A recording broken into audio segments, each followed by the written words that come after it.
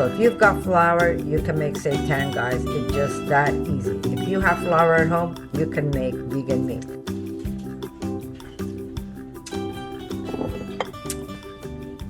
All right, guys. We're gonna add a little bit of onion, a garlic, a little bit of hot pepper, 4 coffee beans.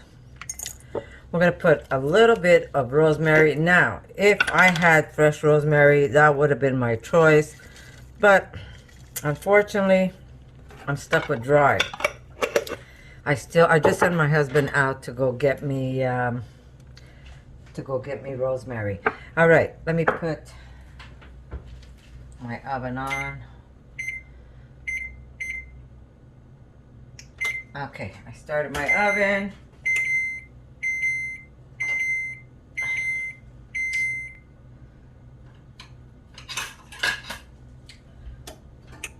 Ooh, it's hot. Okay. My beefless powder, if any of you haven't tried it, it's a must. I just kind of eyeball what I want to put in. I'm going to put about that much.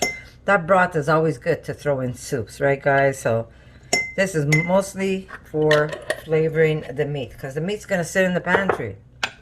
We're going to put a little extra salt. Here we go. And now I am going to release that steam. Where are my...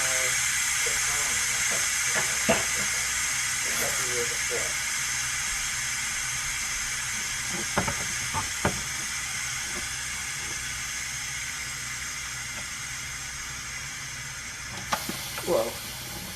These are the leaves.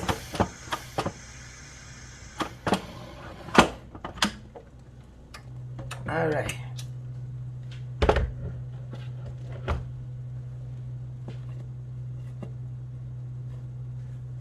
Okay, there's our beautiful cutlets. They're gonna go in.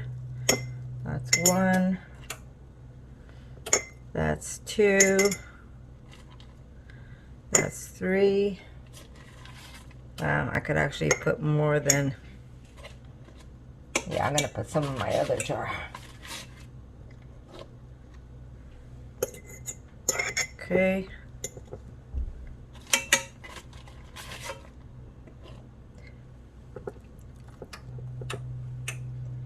we go.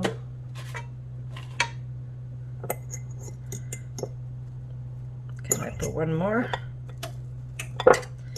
Pack it in as much as we can. Maybe I could pack it in.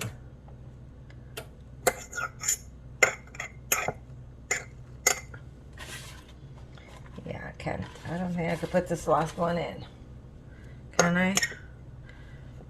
No. Okay, that one's going to go into the jar I have in the refrigerator. All right. Let me put this aside. And now that water that's in the pressure cooker is nice and hot. And we're going to use that water. Here we go.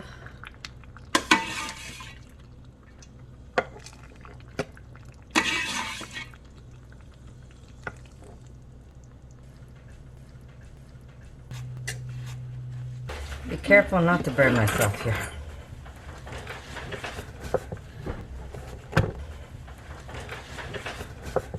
Alright guys, in the oven it goes, and there is my beautiful, beautiful meat.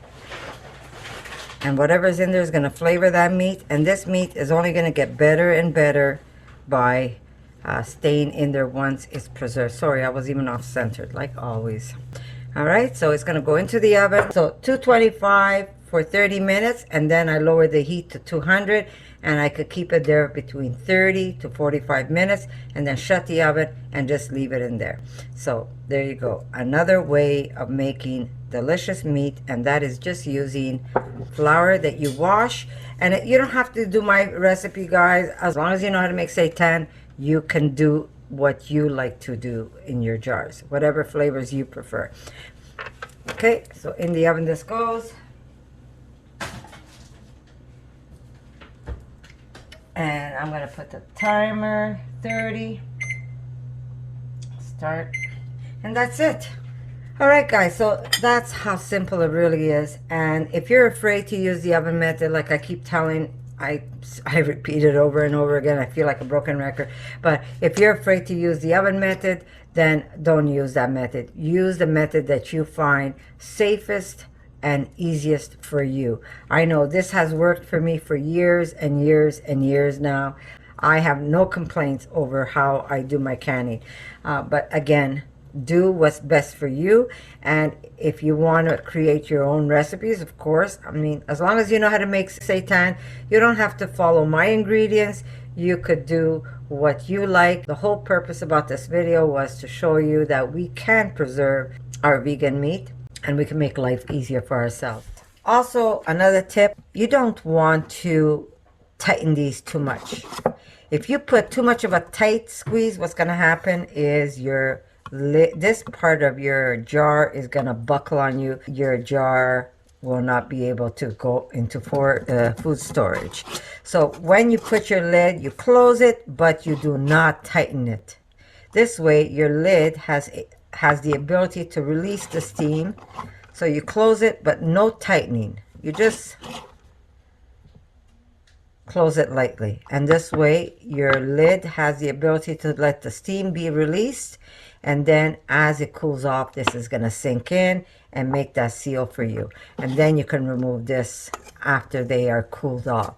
But do not tighten it too tight, because what's going to happen is it's going to build steam, and then this is going to buckle on you, and you're going to have very compromised jar that you cannot, I mean, you could still use it if you store it in the fridge, but you cannot store it on the shelf. So remember, when you close your lids, just a light, very lightly, you just close it that way, and this way this is able to expand while it's being released, while it's releasing the steam, and then it's going to do its thing. But not tight, guys. Do not close that lid tight.